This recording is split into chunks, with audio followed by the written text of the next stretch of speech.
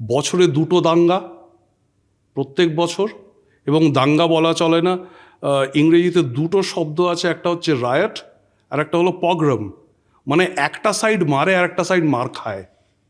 এই রকম প্রতিনিয়ত যদি খবর আসতে থাকে একটি রাজ্য থেকে, এবং দেখা যায় যে বড় বড় ঘটনা, সন্দেশখালি, আরজিকর, তার আগে ছিল চিটফান্ড স্ক্যাম, নারদা সারদা ইত্যাদি, রোজভ্যালি স্ক্যাম, অথচ কারোর কিছু কিন্তু কোনো শাস্তি হচ্ছে না, বা যাদের হচ্ছে তারা খুব ছোটোখাটো খেলোয়াড়।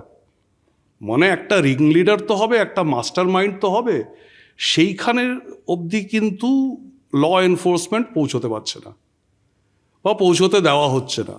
এটা আমরা সবাই জানি যে সিপিএমের আমল থেকেই the state police is an extension of the ruling party.